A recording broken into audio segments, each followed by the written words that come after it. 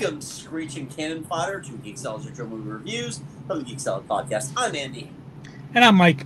And we are back. We are back because I was on vacation last week, and if it's Thursday, it's allergy day. So it's uncanny.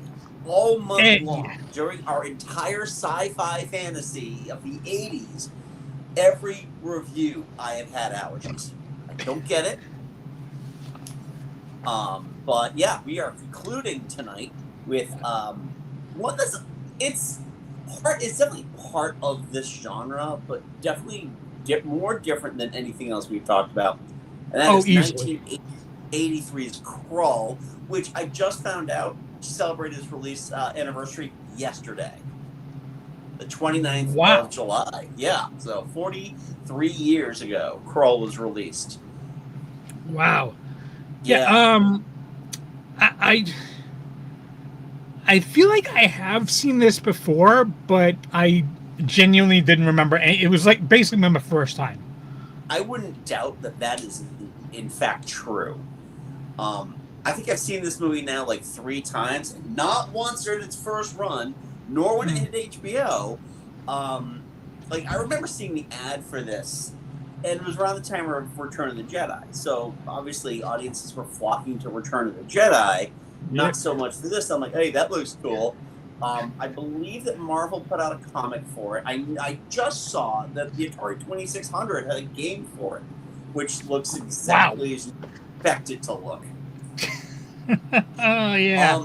I'm thinking kind of E.T.-like figure that shoots out little dots at other dots. Oh, good lord. I think the glaive has, like, unlimited power. Well, yeah, but it also was a gigantic letdown. The glaive? Yeah, they hold on to it for the entire movie, and then they use it at the end for, like, 5 minutes, and it doesn't end up doing what it was said to have done. Right.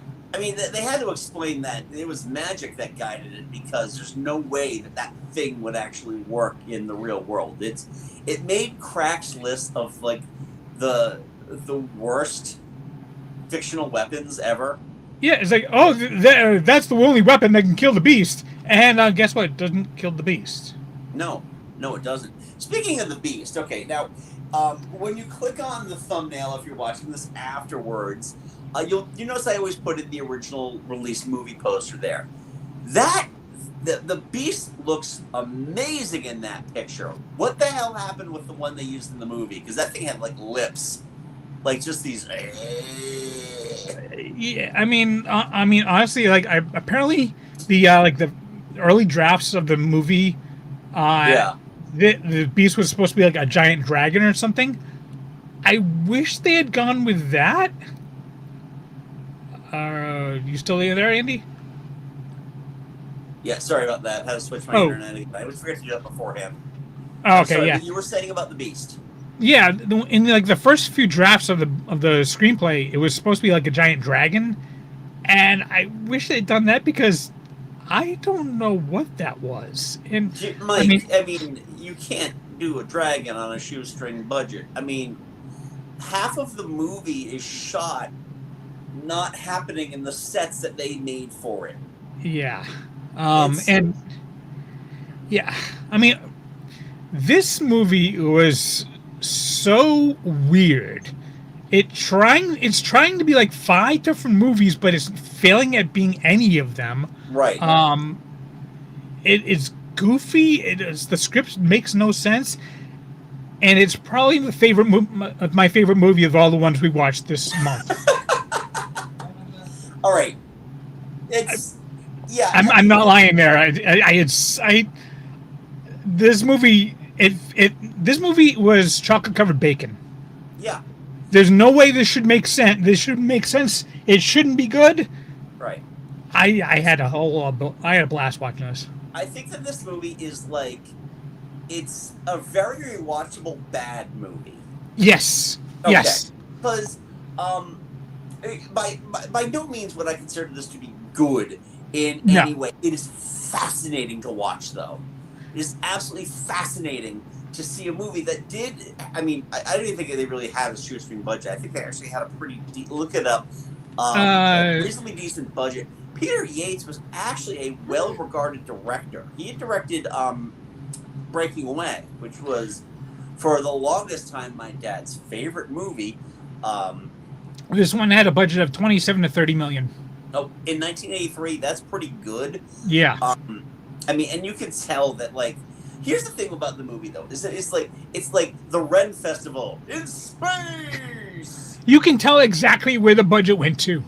Yeah, exactly. It went into the, honestly, it went into the sets. The sets and that crystal spider, because that thing was awesome to look at. That was really cool. What's crazy to me, too, is that both Freddie Jones, who was in that scene, and Francesca Annis, who was in that scene, were both in Dune. Yeah, the very next year. Yeah, God, I feel bad for Francesca Annis, because it's like, oh, well, you know, I wasn't that bad sci-fi fantasy combination movie, so let's go into this one. Right, exactly. This one's really... This one's going to make money, right? Novel. Yeah.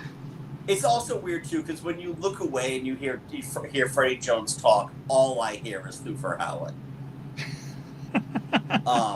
Well, of course you would. Of course I would. I love that dumpster fire. I mean, honestly, I knew about Francesca Annis. I didn't know that Freddie Jones was Thufir Howard.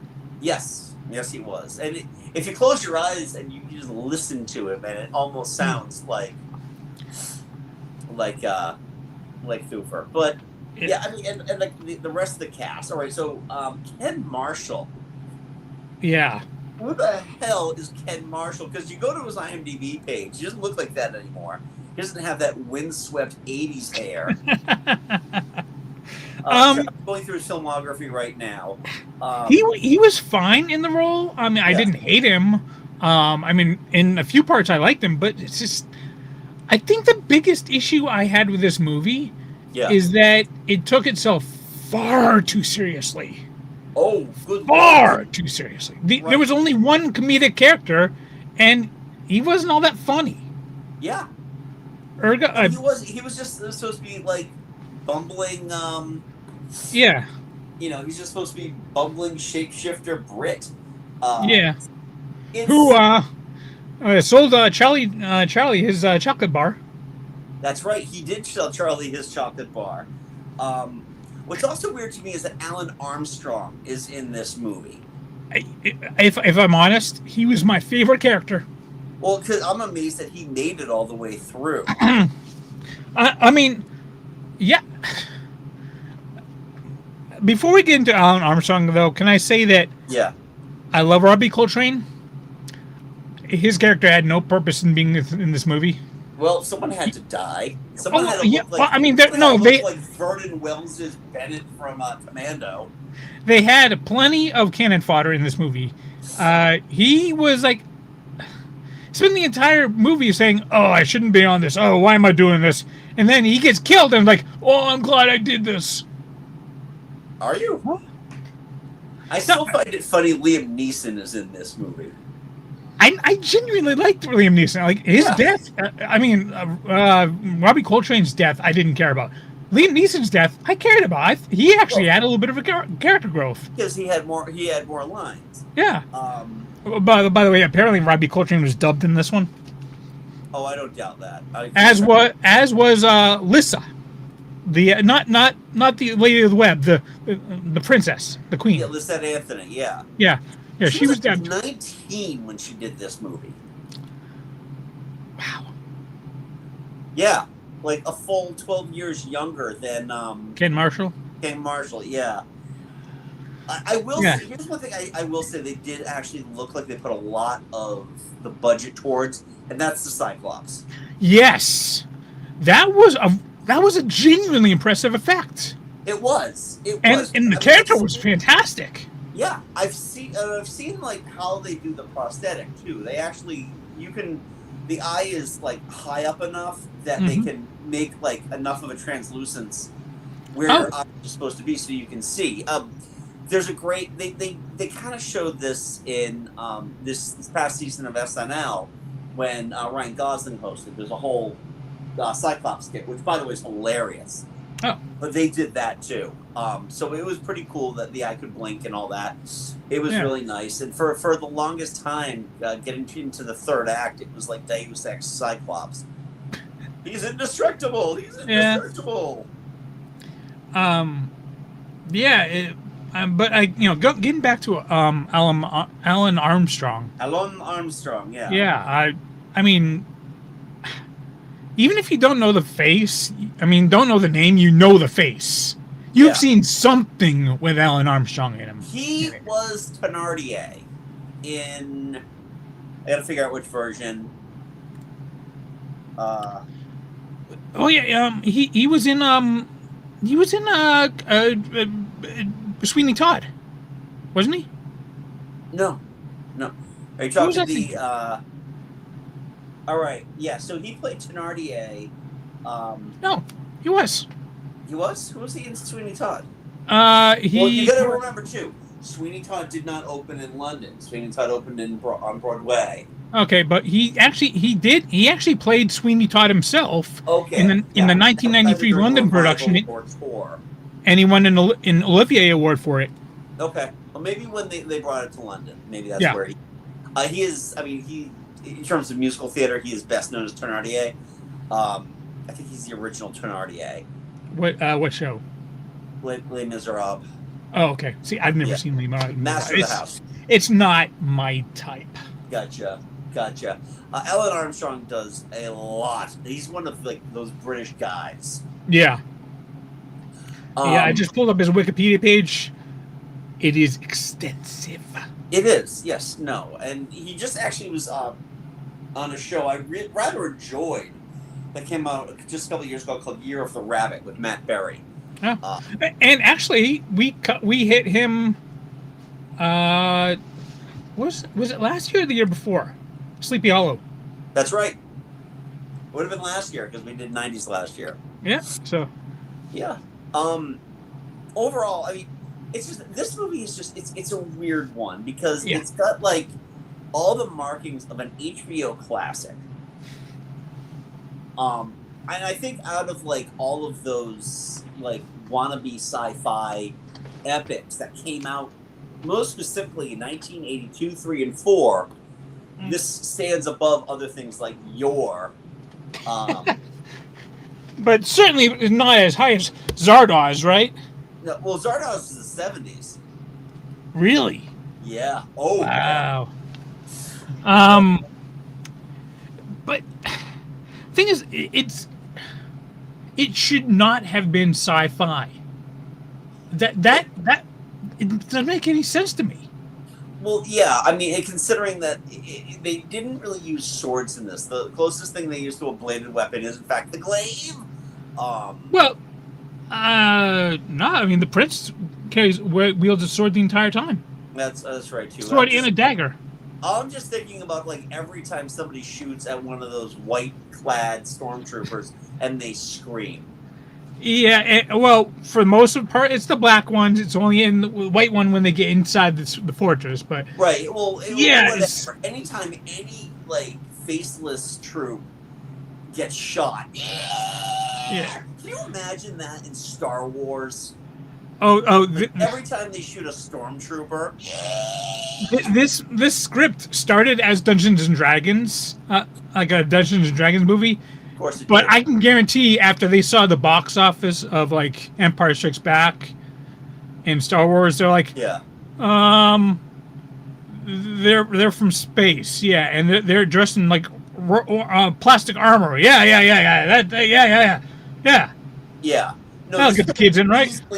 This could have easily been another Sword and Sandals movie. Yeah. But I mean. You're right. It's the Star Wars influence that causes it to be more of a space epic. Yeah. Without spaceships, except for the very beginning, where the matte lines are so thick you could write text on them. Yeah. Yeah. And also when what's the prince's name? I keep blanking on the prince's name. Yeah. The Ken Marshall's name. Yeah. I'm pulling it up Colwyn. Colwyn, yeah, that's right. When Colwyn was fighting the Beast, Yeah, there were like matte lines this thick.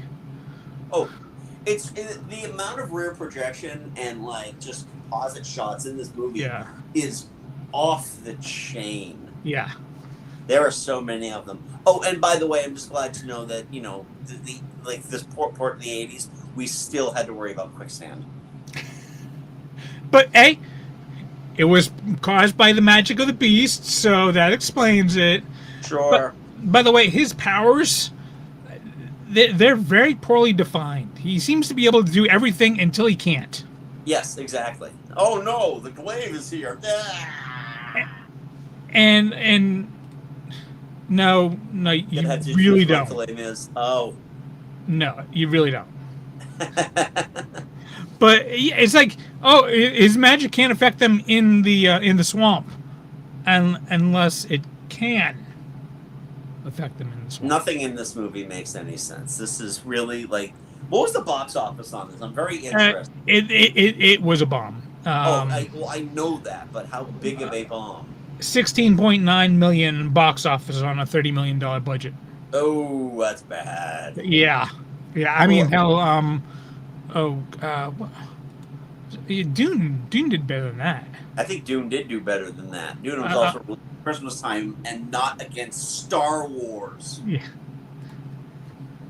Yeah. Master of the House. Okay, well, yeah. I mean, all right. Just to get it out there, if you want to watch a version of Les Mis that isn't like super depressing, there was a concert version. With Alfie Boe, John will find it. It is actually really good, even despite Nick Jonas being in it. And he's not terrible. Yeah, I think people sleep on Nick Jonas. I don't think better he's than but when this came out, it was definitely like, oh, you got to cast a pop star in that role. Yeah. Role. Yeah. No, Alfie Boe might be one of the best Valjeans to ever perform that. And oh god, why am I forgetting his name now? Carl Lewis is the runner. The guy who plays Javert is fantastic. So definitely worth checking it out. I know we have it on DVD or something like that here. Theater Family. But yeah, back to Krull. It's Lodestone. Well, you may as well be. Yeah. There. I thought it was Peter Strauss until I'm like, oh wait, no, it is not. It's Ken Marshall. Yeah. It's so weird because this is definitely something that would have, I think, resonated with me more had I not watched it in, I think, my mid 40s. Yeah.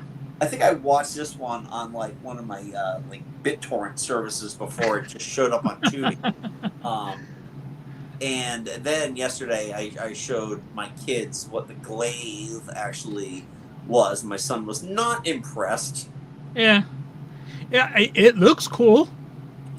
Here's the thing. It looks cool. You never actually see it leave his hand, even in jest, if you will, because there's no way to throw that goddamn thing. No. If you try to throw it, you're going to lose fingers. You hold it like this. Yeah, exactly. You have to kind of hold it like this. Yee! Yeah. Off camera. Whee! And then it just does it does its own little thing because they explained the physics away with magic. And one thing we haven't touched on yet. I never the first time I watch a movie, I never really pay attention to the score. It was kind of hard to miss this one because it slams you over the head all the time. Boom, boom, boom, boom. Even when it doesn't make any sense why this score is in the scene. Yep. It's not really matching up to what's happening. It's really there. kind of feel like James Horner looked at everything and went, okay, look at my last 5 scores. A little bit of that, a little bit of that, a little bit of that, a little bit of that. I honestly, I thought it seems like James Horner was like doing so many things, and then he was asked to do this little weird sci-fi fantasy movie. He was like, here's my score from. Here's all the stuff I got cut from Star Trek 2. Yeah, just throw them in there somewhere. Yeah. Go ahead. I'm doing this other thing. All right, I'm gonna pull up his 82 to 83 to 84 filmography here, so Yeah. we could see exactly what he had been working on during that time period. Because James Horner is one of those guys that became prolific, and when you see some of the stuff that came out like within this time period, you're like, oh yeah, he was working around then. All right, I love James Horner. Yeah. This was not my favorite score of his. All right, so 82. A Piano for Mrs. Cimino. Rascals and Robbers. Star Trek II, The Wrath of Khan. 48 Hours. Oh, okay. 83, Something Wicked This Way Comes. Space Raiders. God knows, a lot of that probably showed up. Krull. Between Friends. Brainstorm, which I think was Natalie Wood's last movie. Testament. The Dresser. Jesus, did a lot of stuff then. Uncommon Valor. Gorky Park. Journey to Krull. And so that is just within that time period. And then you've got Stone Boy, Star Trek 3, The Search for Spock, Heaven Help Us. So there's a lot of stuff in there. So like I said, 1983, it's like, I got all these projects. Here's all the stuff that got from Star Trek 2. Just go ahead. Just go ahead. Throw whatever the hell you want. Do I get credit for this? Paid for it? Sure. Because honestly, half the scenes where it's like the score's just blaring in your ear, I'm like, that sounds like Star Trek 2. Yeah. There's no way of avoiding it. Yeah. No, sometimes you just can't unhear a soundtrack, and that's the thing too. And I really don't think he had much of a say in terms of where it went, because most people with a musical ear still are Saturn is the superior glaive. Well, she has an actual glaive, not something that's called a glaive that actually isn't a glaive. No, she actually has a glaive. Yeah, it's crazy. It's just this movie is absolutely nuts to me because, again, it does have an inherent rewatchability to it. Yes, it does. Yeah, which is just out of all the movies that we watched, I think in terms of overall ranking, I think I would rank Beastmaster higher because it's story-wise, they're not trying to do as much as Krull is trying to do. And a lot of the ambition with the visual effects in Krull, they're hard. Sometimes can be very hard to watch. Yeah. I think I would rate this one higher, mainly because watching this, it felt like I was watching a movie. Not a great movie, but a fun movie. Right. Beastmaster, I feel like I was watching a really fun episode of Xena. Right, exactly. It felt like a made-for-TV movie. It was a fun made-for-TV movie, but it felt like a the whole thing was just shot on one area of ground that they just shot at different angles. Right. Beastmaster is the kind of movie it feels like a Sunday afternoon. There's nothing on. Here's TBS. Yes. Yeah. Krull is it's a Saturday afternoon. There's nothing on. It's on HBO right now. Let's watch it. Yeah, that's kind of how it feels. It definitely feels that way. And again, I have that kind of sick fun that I have with bad movies with this one.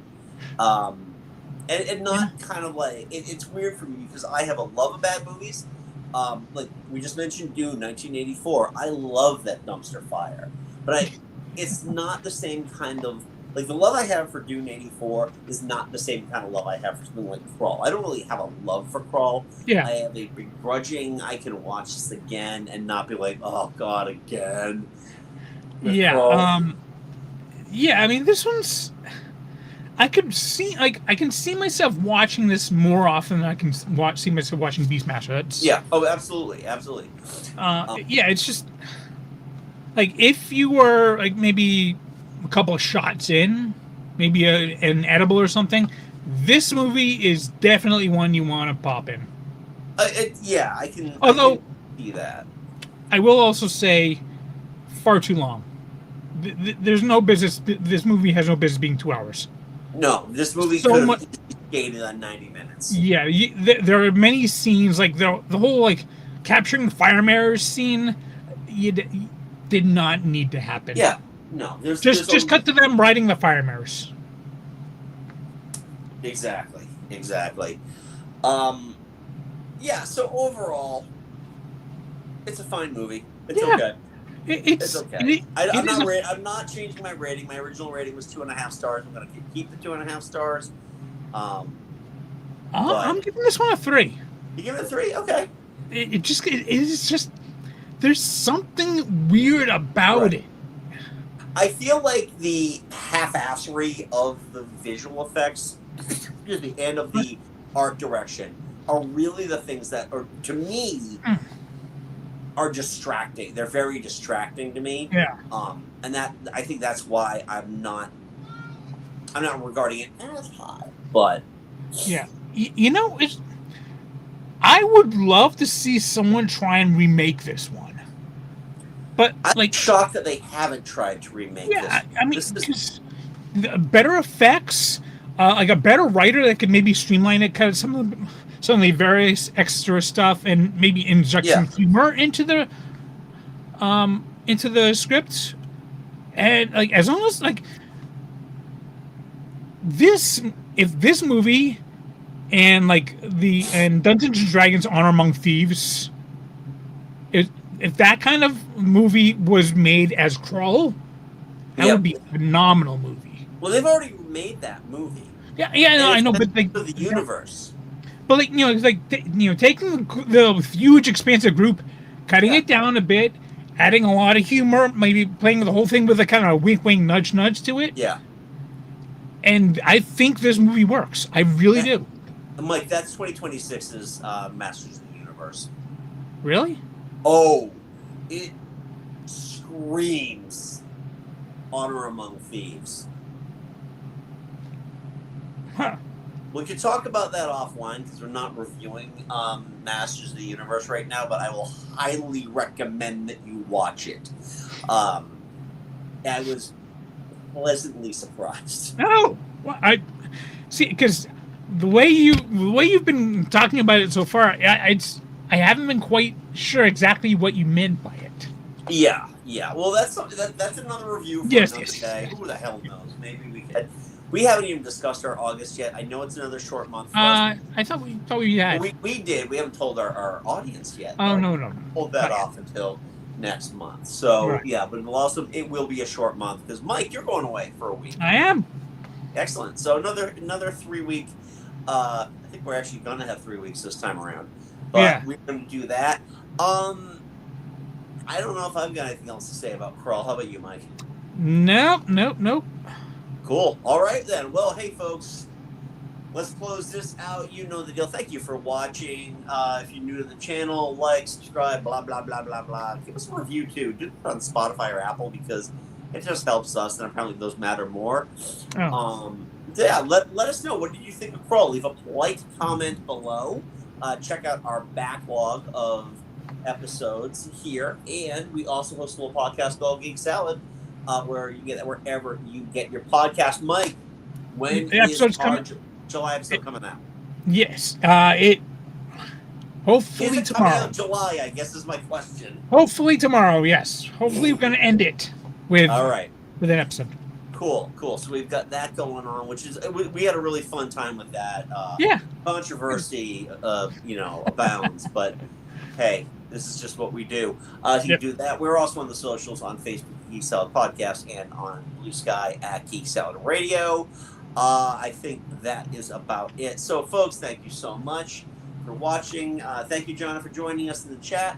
And if you see us and we're live, feel free to join that chat because we do that for both this and the podcast. But Yep. until next time, I'm Andy. I'm Mike. Go forth and be nerdful. We'll talk to you later.